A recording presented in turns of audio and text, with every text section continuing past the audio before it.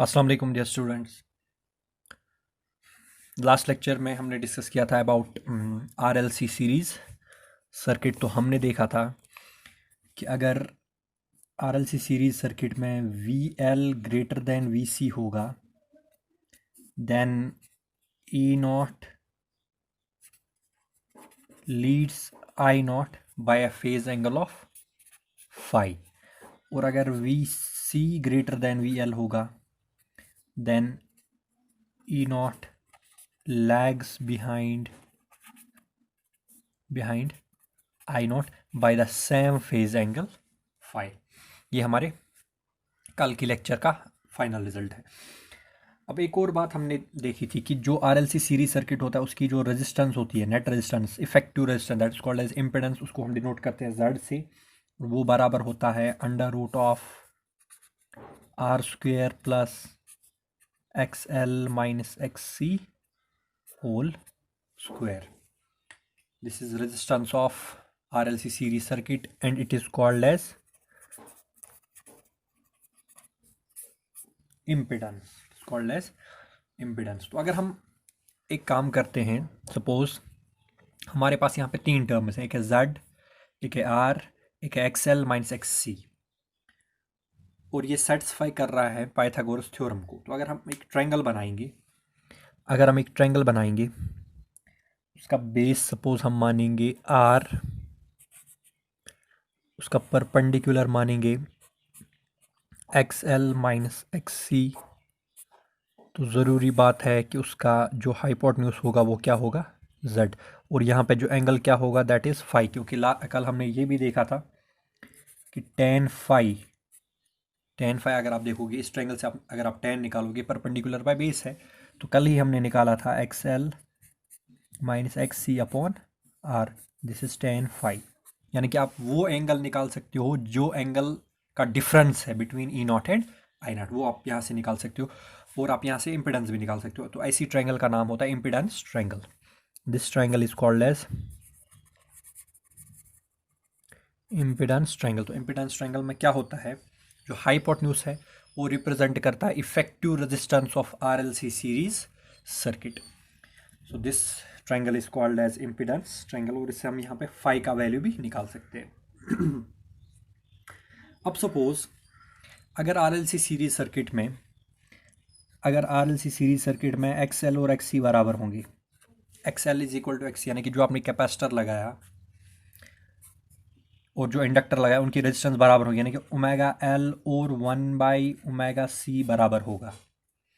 तो उस सिचुएशन में X L minus X C और बराबर होंगे, तो X L minus X C आएगा 0, तो जेड आएगा under root of R square, square root cancel हो जाएगा, तो जेड बनेगा आर। यानी कि जो उस सिचुएशन में इफेक्टिव रेजिस्टेंस बनेगी आरएलसी सीरीज सर्किट की, वो एक्चुअली रजिस्टर की रेजिस्टेंस के बराबर होगी। तो ऐसे सिचुएशन में इस सर्किट का नाम होगा नॉन इंडक्टिव या नॉन कैपेसिटिव सर्किट भी हम कह सकते हैं, नॉन इंडक्टिव सर्किट और नॉन कैपेसिटिव सर्किट। दूसरी सिचुएशन, अगर एक्सएल एक्ससी से बड़ा होगा, अगर एक्सएल एक्ससी से बड़ा होगा, तो उस सिचुएशन में जो टेन फाई उस सिचुएशन में पॉजिटिव आएगा, टेन फाई पॉजिटिव आएगा, मतलब फाइव पॉजिटिव आएगा। फाइव पॉजिटिव आएगा तो इसको कहते हैं हम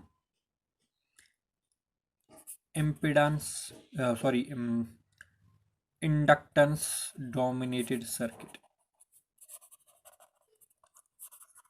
इंडक्टेंस डोमिनेटेड सर्किट। तो अगर इंडक्टर की रेजिस्टेंस कैपेसिटर की रेजिस्टेंस से बराबर ज़्यादा होगी, तो उस सिचुएशन में टेन फाई, यहाँ से आप देख सकते हो tan phi greater than zero होगा, और टेन किसी एंगल का टेन अगर ग्रेटर देन जीरो है तो एंगल भी ग्रेटर देन जीरो होगा। तो उस सिचुएशन में हम कहेंगे इंडक्टेंस, यानी कि इंडक्टर की कॉइल की डोमिनेंस होगी सर्किट में। और इसका उल्टा लेंगे, X L less than X C, तो टेन फाई आएगा negative less than zero, phi less than zero. उस सिचुएशन में हम कहेंगे, अच्छा फाई लेस देन जीरो का मतलब हुआ कि जो है ई नॉट ये लैग करेगा, उस सिचुएशन में बनेगा ये कैपेसिटेंस डोमिनेटेड सर्किट बनेगा ये। These are different conditions under which RLC series circuit का हम बिहेवियर बता सकते हैं। वन इज कि एक्सएल अगर XC के बराबर होगा, और दूसरे जो बाकी दो है वो है for unequal case. This is all information about RLC series circuit. Now there is another parameter we need to find out, that is power or average power.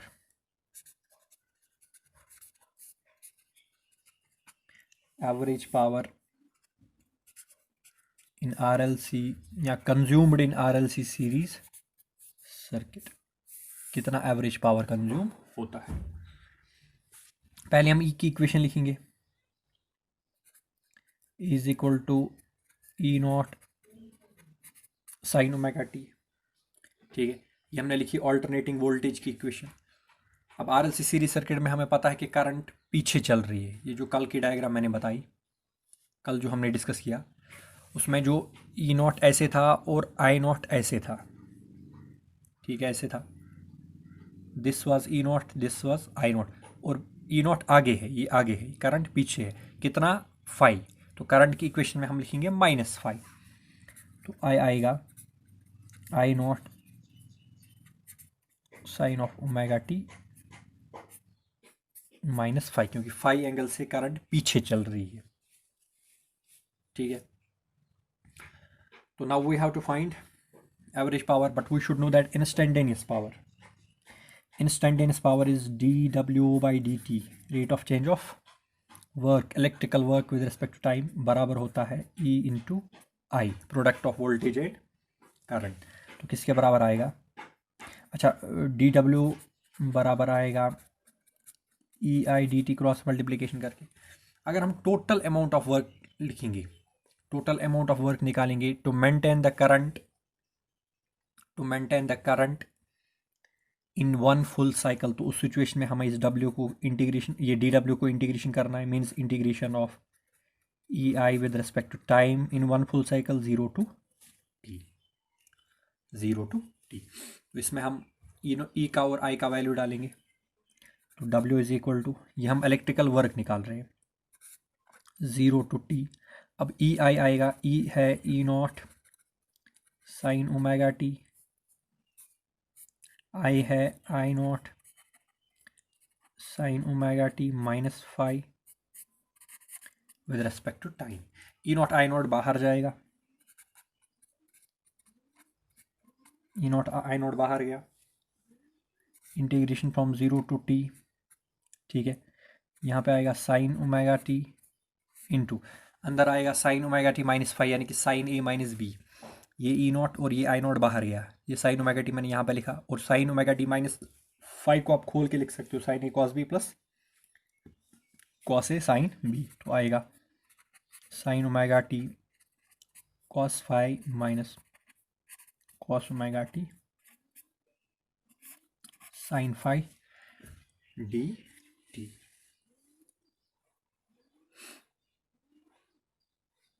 now W is equal to E naught I naught, E naught I naught. अब sine omega T का हम multiplication अंदर करेंगे, sine omega t into sine omega t sine square omega t, sine square omega T D t. इसकी integration हो जाएगी 0 से t तक। ये देखिए, साइन इंटू साइन है साइन स्क्वायर ओमेगा टी, और साथ में डी टी। बचा क्या? cos 5, वो बाहर जाएगा, फिर बीच में minus sign omega t into cos omega T, और साथ में क्या आएगा? साइन 5, साइन 5 बाहर जाएगा,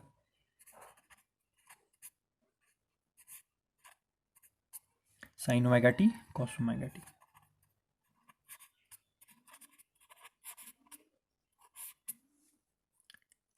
डी टी। तो W is equal to E naught I naught cos 5 into sine square omega T का integral minus sine 5 into sine omega T cos omega T का इंटीग्रल। नाउ इसको हम सॉल्व करेंगे, simplify करेंगे, बहुत सिंपल है। ये देखिए, W is equal to E naught I naught, E naught I naught, और साथ में क्या ब्रैकेट लगाएंगे पहले, और यहाँ पे क्या आया cos phi. Now integration of sine square omega t हमने ऑलरेडी सॉल्व किया है आरएमएस वैल्यू में, अगर आपको याद होगा जो आरएमएस वैल्यू ऑफ एसी हमने देखा इससे पीछे जो लेक्चर था उसमें integration of sine square omega T को हमने सॉल्व किया था और वो बराबर आता है t/2, capital T/2, final limit of integration divided by two. ये हमने RMS root mean square value of AC में सॉल्व किया है। माइनस साइन फाई अंदर क्या बचा sine omega T cos omega t. अगर मैं इसको ऐसे लिखूं 0 to t, अगर मैं ऐसे लिखूं twice sign omega T cos omega T D T, यानी कि मैंने 2 का मल्टीप्लिकेशन यहाँ पे किया, यहाँ पे खाली था sign omega T cos omega T, मैंने इसको मल्टीप्लाई किया 2 तो डिवाइड भी करना पड़ेगा 2। ठीक है, 2 कैंसिल हो जाएगा। W is equal to E naught I naught, अंदर क्या आया cos phi into t/2 minus sine phi by 2 integration 0 to t। Now twice sine theta cos theta, twice sine theta cos theta is always equal to sine 2 theta, it is always equal to sine 2 theta. तो यहाँ पे आएगा sine 2 omega T D t, sine 2 omega T D t. इस integral को हम आगे solve करेंगे।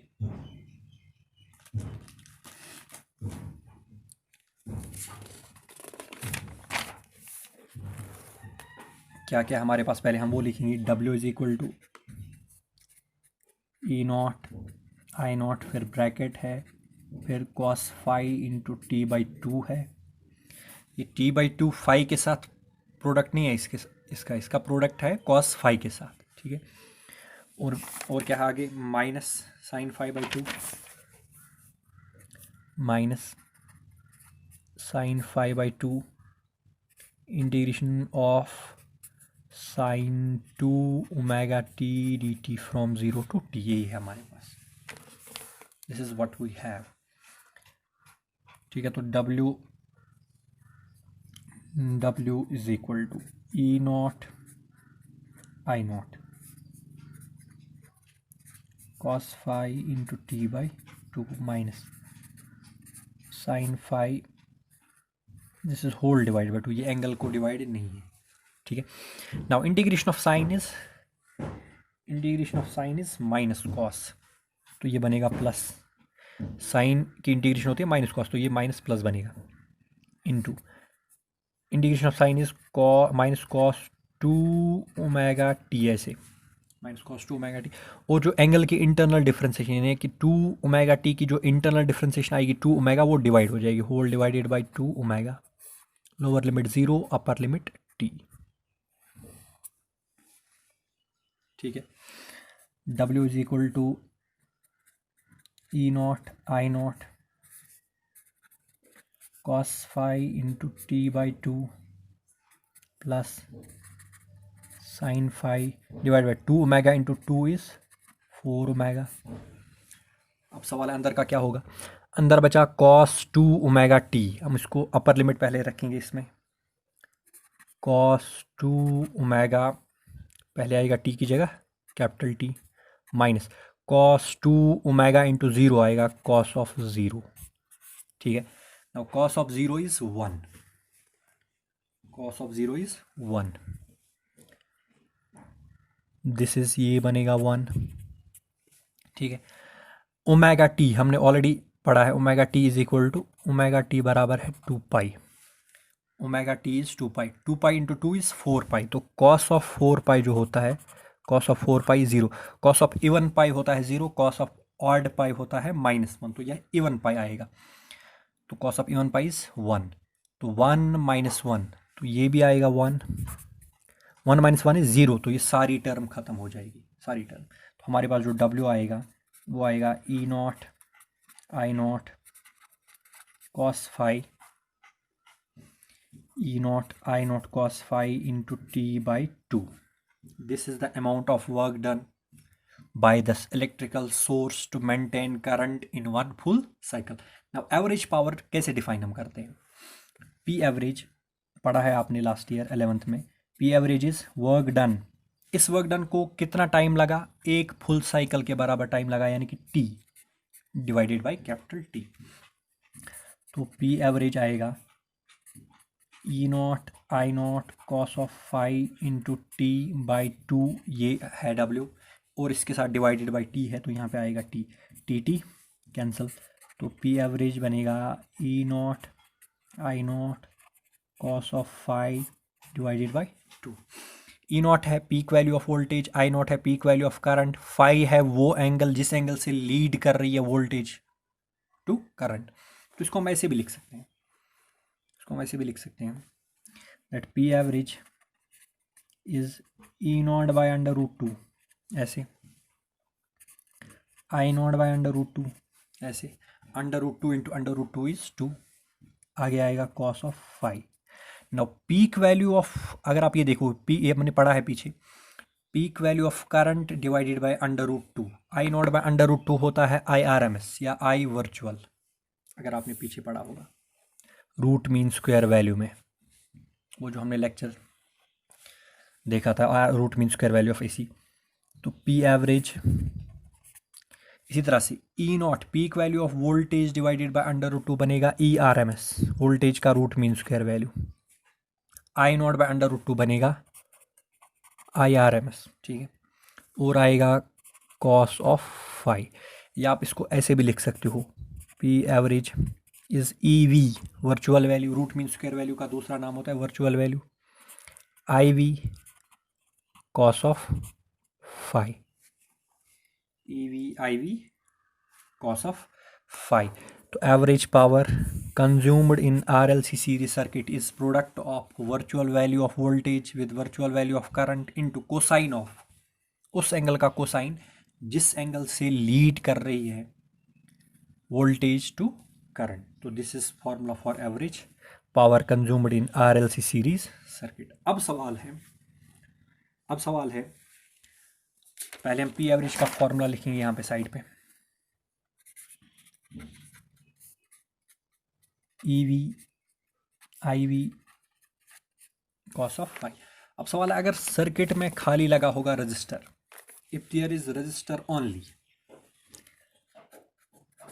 Are only, अगर आर ओनली है, पीछे हमने देखा था AC circuit containing resistance only, जिस सर्किट में खाली रेजिस्टेंस लगा होता है उसमें करंट और वोल्टेज आर इन फेज, तो वहाँ पे फाइव क्या होता है, ज़ीरो, वहाँ पे फाइव ज़ीरो होगा, and cos of zero is one. तो उस सिचुएशन में पी एवरेज आएगा ई वी आई वी, आगे आएगा cos of zero, and cos of zero is one. तो जो रेजिस्टिव सर्किट होता है जिसमें खाली रजिस्टर लगा होता है, उसमें एक साइकिल में पावर कितना कंज्यूम होगा, E V into I V, यानी कि वो पावर कंज्यूम करेगा फुल साइकिल में। अब अगर एल ओनली है, एल ओनली और सी ओनली, यानी कि सर्किट में खाली इंडक्टर लगा है, कॉइल लगी है, या खाली कैपेसिटर लगा है, तो उस सिचुएशन में आपको पता है करंट या तो लीड करेगी या तो लैग करेगी, उस फेज एंगल क्या आता है,